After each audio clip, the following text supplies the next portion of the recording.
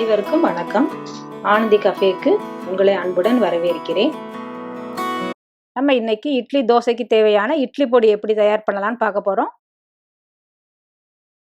முதல்ல அடுப்பில் கடாயை வச்சுருக்கேன். இதுக்கு வந்து 1 டம்ளர் கருப்பு உளுந்து எடுத்து வறுக்க போகிறேன். கருப்பு உளுந்து தான் இதுக்கு ரொம்ப ஹெல்த்தியானது. நீங்கள் தேவைப்பட்டால் வெள்ளை உளுந்து வேணாலும் எடுத்துக்கலாம். இப்போ நான் இந்த உளுந்தை நல்லா வறுத்து எடுக்கேன். உளுந்து வந்து கொஞ்சம் செவக்க வறுத்து எடுக்கணும். நம்ம அடுப்பை வந்து மீடியம் ஃப்ளேமில் வச்சுக்கோங்க. உளுந்து கருகாமல் கைவிடாமல் நம்ம வறுத்து எடுத்துக்கிறோம். இப்போ பாருங்கள், இந்த உளுந்து நல்லா செவக்க வறுத்து எடுத்திருக்கேன். இது போதுமானது. இப்போ ஆறுறதுக்காக நான் வந்து ஒரு பாத்திரத்தில் மாற்றி வச்சுருக்கேன்.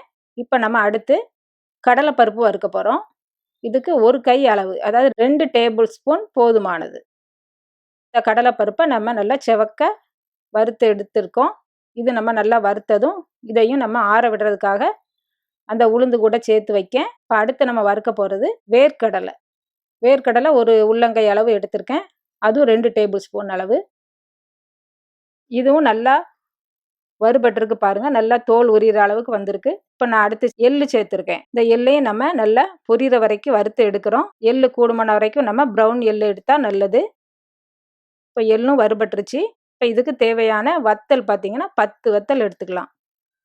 உங்களுடைய உரப்புக்கு தகுந்த மணிக்கு நீங்கள் கூட்டிக்கலாம், குறைச்சிக்கலாம். இப்போ இந்த வத்தலையும் நல்லா வறுத்து எடுத்து வச்சுருக்கேன். இப்போ வெள்ளைப்பூடு பார்த்தீங்கன்னா 10 சின்ன பல் சைஸு பூடு எடுத்து வறுத்துருக்கேன். சின்ன துண்டு காய பொடியாகவும் நீங்கள் சேர்த்துக்கலாம். இதையும் லேசாக சட்டியில் போட்டு நான் வறுத்து பூடனுடைய தோல் வந்து லேசாக கருகிற வரைக்கும் வறுத்து எடுத்து வச்சுருக்கேன். இப்போ 1 கை அளவு கருவேப்பிலை சேர்த்துருக்கேன். கருவேப்பிலை வந்து நம்ம சேர்க்குறது ரொம்ப ரொம்ப நல்லது. நம்ம கருவேப்பிலையை வந்து எதில் சேர்த்தாலும் தனியாக எடுத்து வச்சுருந்தோம். நம்ம அதனால் இந்த பொடியில் நம்ம அந்த கருவேப்பிலையை சேர்த்து நம்ம வறுத்து உணவில் சேர்க்குறோம்.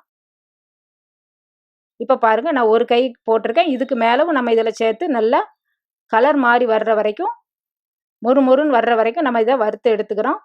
இப்போ நான் அடுப்பை ஆஃப் பண்ணிட்டேன். லேசாக சூடான இந்த சட்டியில் 1 டேபிள் ஸ்பூன் கல் உப்பு சேர்த்து நான் லேசாக வறுத்து இதையும் சேர்த்துக்கிறேன். இப்போ நம்ம இந்த பொடியில் கருப்பு உளுந்து, வேர்க்கடலை, ப்ரௌன் எள்ளு, கருவேப்பிலை சேர்த்துருக்க எல்லா பொருளுமே ரொம்பவும் சத்தான பொருள். நம்ம வறுத்த இந்த பொருட்கள் எல்லாமே நல்லா ஆறிடுச்சு. நம்ம இதை ஒரு ஜாரில் போட்டு திரிச்சு எடுக்கிறோம். இப்போ பாருங்கள், நல்லா திரிச்சு எடுத்தாச்சு. எனக்கு வந்து கொஞ்சம் பரபரன்னு இருந்தால் தான் பொடி நல்லா இருக்கும். நீங்கள் உங்களுக்கு கொஞ்சம் மையா வேணும்னா நீங்கள் இன்னும் 1 கப் போட்டு எடுத்துக்கலாம். இப்போ நமக்கு தோசை பொடி ரெடி ஆயிடுச்சு. இட்லி தோசைக்கு இந்த பொடியை நம்ம நல்லெண்ணெய் சேர்த்து சாப்பிடலாம். இந்த வீடியோ உங்களுக்கு பிடிச்சிருந்ததுன்னா லைக் பண்ணுங்கள், ஷேர் பண்ணுங்கள், கமெண்ட் பண்ணுங்கள், மறக்காமல் சப்ஸ்கிரைப் பண்ணுங்கள்.